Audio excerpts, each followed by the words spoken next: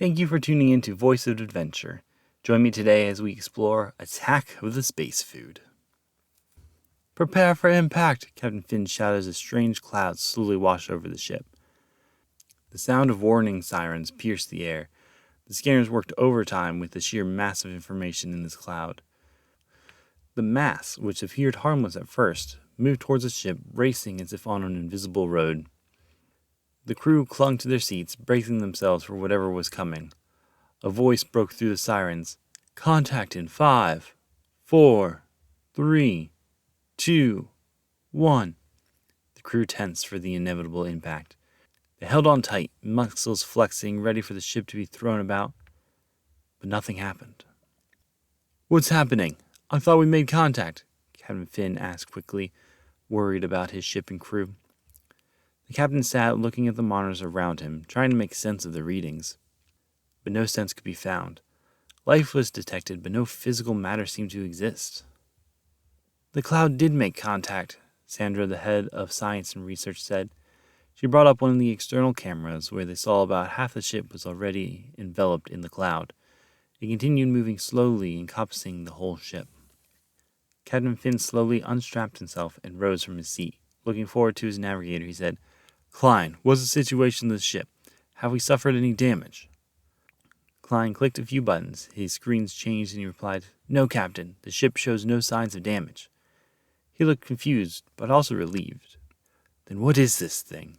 Captain Finn bellowed, expressing his frustration, but knowing no one had an answer. Being one of the last ships out exploring the edges of the universe, Finn figured that most things had already been documented by the base. But this was something no one had seen before. The crew stayed in their seats, waiting for the expected emergency, but it never came. As the clouds slowly passed over the ships, the alarms subsided. They sat in their seats confused while the alarms stopped. Everyone was waiting to hear a report from the captain. Captain Finn spoke over the intercom. We appear to be out of danger. He paused. We are unsure at the moment what exactly happened, but stay vigilant as our readings indicate that we were just engulfed by a giant cloud of creatures. Captain Finn sat back, threw his head back and closed his eyes and let out a large sigh. All eyes in the control room were on him, waiting for orders.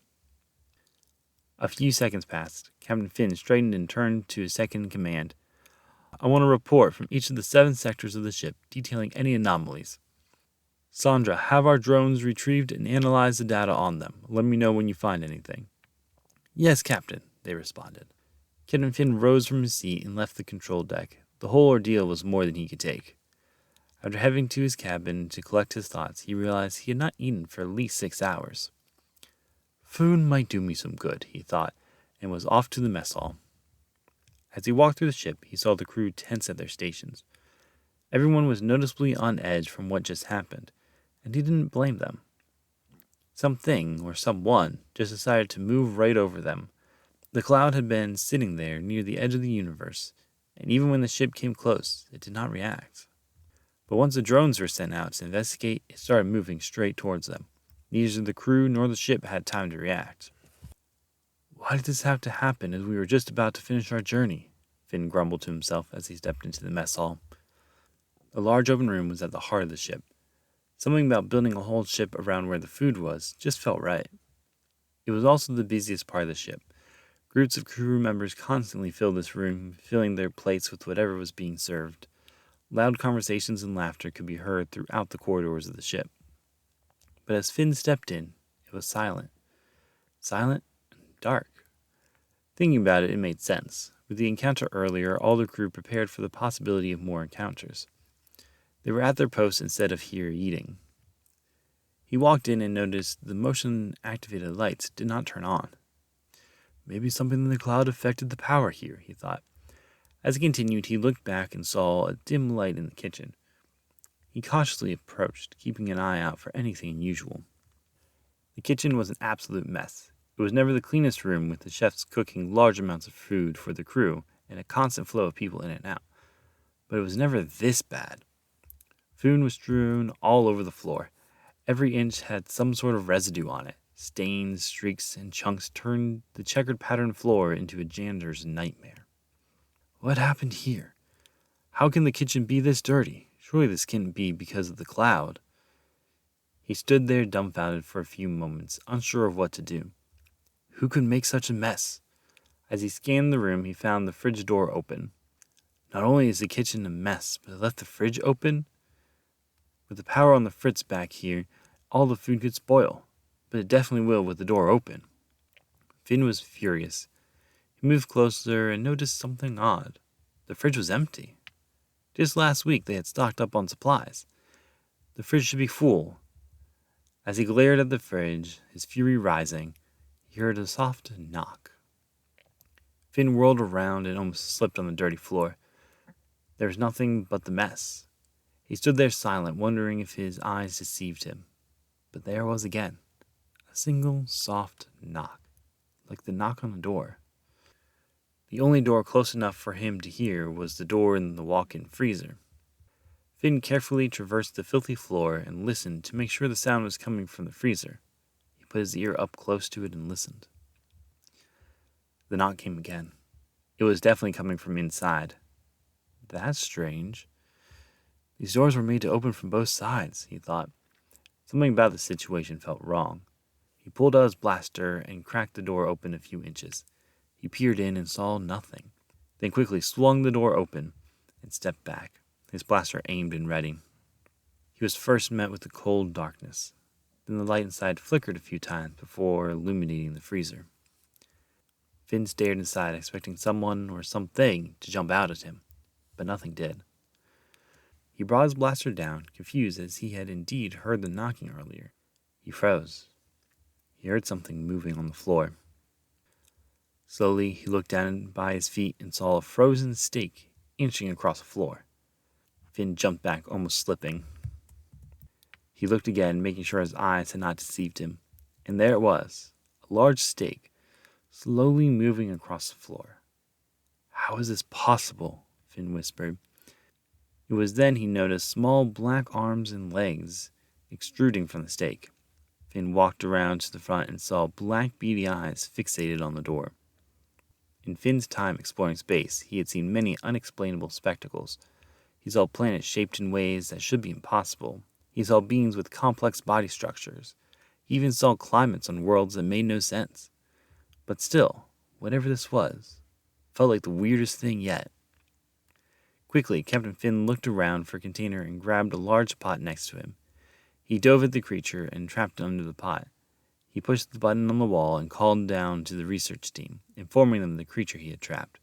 Quickly, 5 scientists rushed to the kitchen with a clear containment box.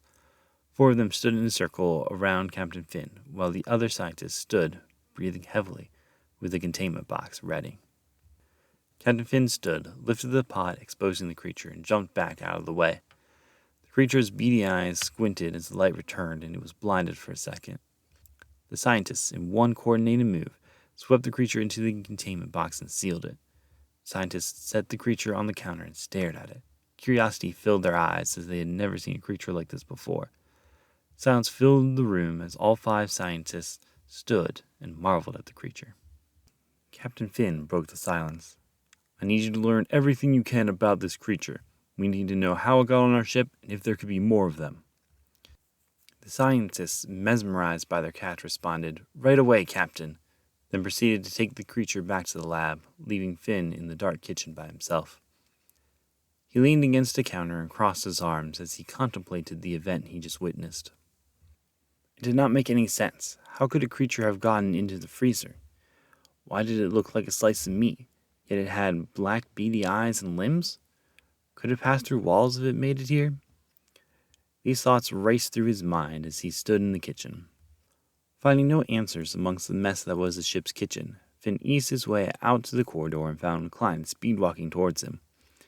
"Ah, Captain," he said, a little breathless. "I need you to come to the control deck. We found something you need to see." Captain Finn followed Klein as they walked to the control deck, navigating the winding corridors with a sense of urgency. When they arrived, Klein led him to the security officer's screen. "Kevin, I have the captain. Pull up the clip." As Kevin brought up the footage, Klein turned to Captain Finn. "As we were looking for anomalies throughout the ship, we noticed the lighting system in the mess hall was malfunctioning. We had the computer run a check and determined the wires were cut. So we brought up the security footage to see what happened. Klein paused, unsure how to explain what he witnessed. Well, what did you see? Captain Finn asked. Klein directed Finn's attention to the screen. It would be easier to just show you. The video showed the kitchen before the floor was covered with food. Captain Finn stepped closer to the screen. After a few seconds, the refrigerator door slowly swung open. No one was in the kitchen. It looked like a ghost had opened the door. As he kept watching, Finn saw food jumping out of the fridge one by one. Captain Finn spoke to Kevin. Zoom in on the creatures. Kevin paused the video and zoomed in, focusing in on one of the creatures. Finn saw the same tiny black arms and legs that were on the scientist's new research project. Kevin switched cameras to follow the food, making their way towards the vents, leaving a huge mess of residue and debris behind. The worst case of cross-contamination you've ever seen. Each creature jumped into the vent one by one like little soldiers, until there was only one left. He turned and looked straight at the camera, beady eyes glistening in the golden fridge light.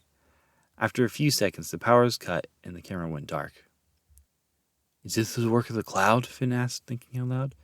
How could it infect our food? Why did it infect our food? Why is it alive? No one had any answers. He turned and addressed Klein.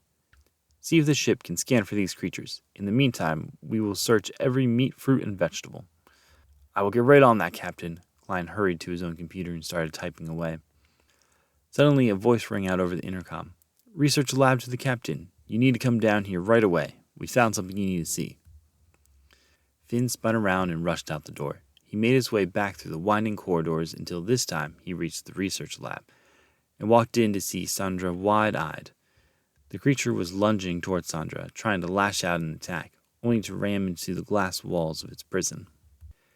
The room was filled with an air of frantic curiosity.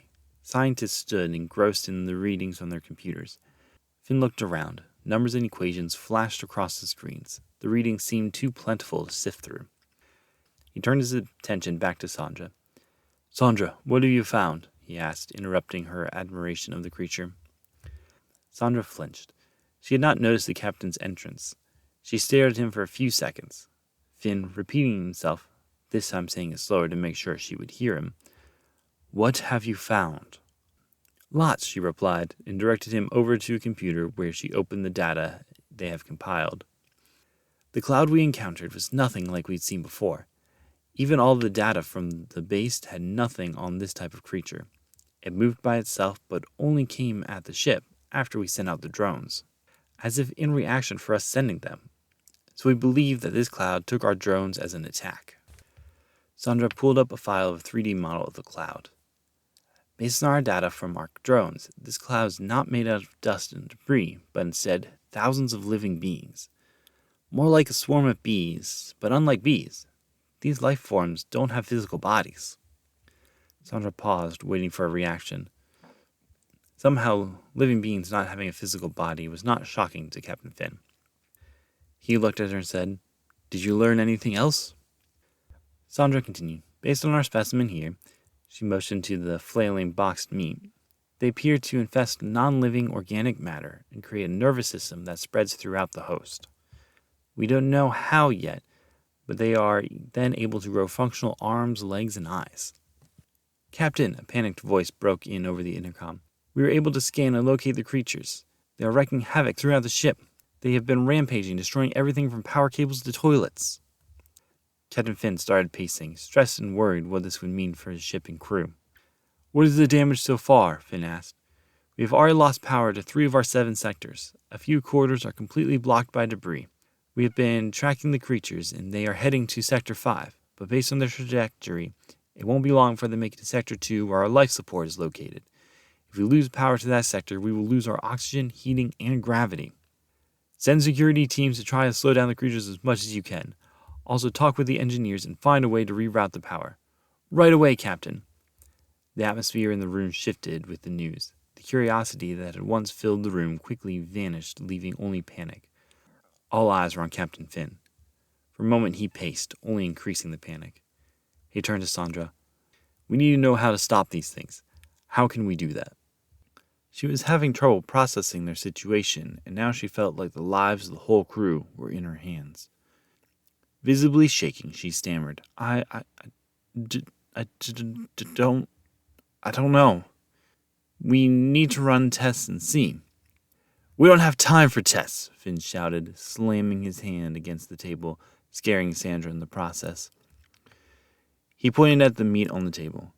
"Those creatures are quickly making their way to our life support. If we don't find a way to stop them right now, we are not going to make it." Sandra grayed, frozen as a statue. It was more than she could handle. Finn looked around at the other scientists, waiting for someone to come up with an answer. They stood there, averting their eyes from his gaze, like children who were trying to avoid being called on in class. Thankfully, someone spoke up. "Cold. They should not be able to handle the cold." Finn spat back. "If they're able to survive the vacuum of space, how would being cold affect them?" Sandra's mind, sparked by the idea, responded, "No, that would work." She started running to all the cabinets, frantically looking for something. When these creatures were in space, they had no bodies, so the cold had nothing to affect. But when they came in and infested our food, they became one with the food. They gained a body, and along with the body comes a nervous system. They can now feel cold, so they can now be cold. Captain Finn started putting the pieces together. The creature he helped capture was so slow because it was still partially frozen. "So we just need to freeze them?" Finn asked. "It can't be that simple," he thought. Sandra found what she was looking for and ran to the containment box. She opened a little hole in the box and started pouring in a clear liquid. "We can quickly test it with this liquid nitrogen." The creature jumped back from the cold air, scrambling to break free, but he could not escape. They watched as his movements slowed. His small black legs gradually came to a stop. "All you need to do is make them cold, and they will either run to warmer areas or be incapacitated." "Amazing! We might just be able to survive this," Captain Finn said as he slammed the intercom button. "Kevin, Klein, the answer is cold. We need to use cold," he shouted.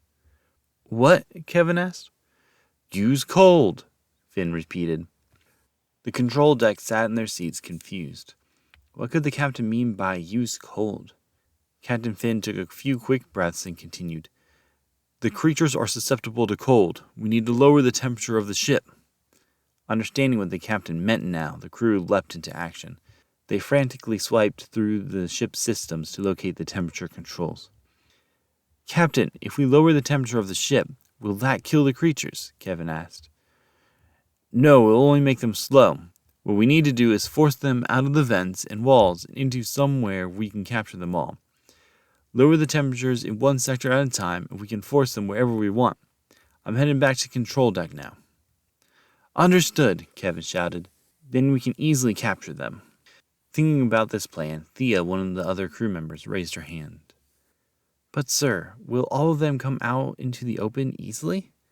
And can we survive it being cold for long enough to capture them all?"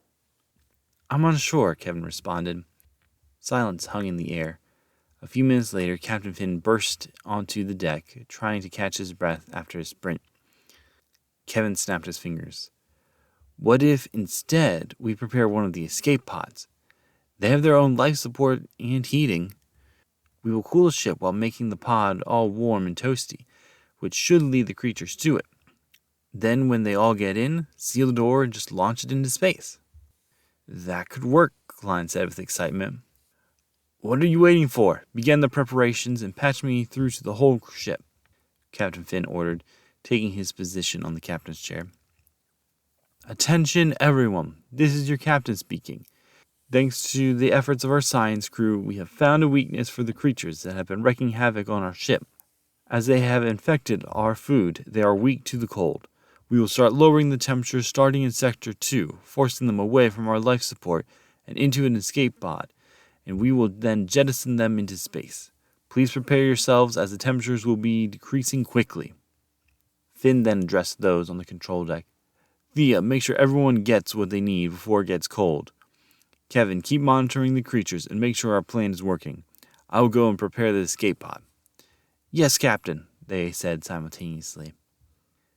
Captain Finn quickly walked from the control deck to his chambers. If he was going to meet all of the creatures, he needed to be ready. He grabbed his extra blasters and a few coats for when it got cold. Then he headed to the escape pod. Kevin's voice came over the loudspeakers. "They're moving away from Sector 2 and heading to Sector 5. We are dropping the temperatures in Sector 2, 3, and 5 now." Captain Finn started running a little faster. It takes a little bit for the escape pods to heat up, and the creatures only had Sectors 4 and 6 to go through before reaching the escape pods. Finn ran past his crew, preparing for the cold. Some were bundling up together under piles of blankets. Others were wearing more coats than Finn thought possible. As they heard him approaching, they quickly made room and watched as he zipped by. "We have pushed them to Sector 4, Kevin said over the loudspeaker as Captain Finn arrived at the escape pods. He ran to the closest one, opened the door, sat down, and started preparing the pod for launch, making sure to increase the temperature above normal to make it more appealing. Finn also flipped a switch, allowing the control deck permission to operate the pod's launch and life support systems.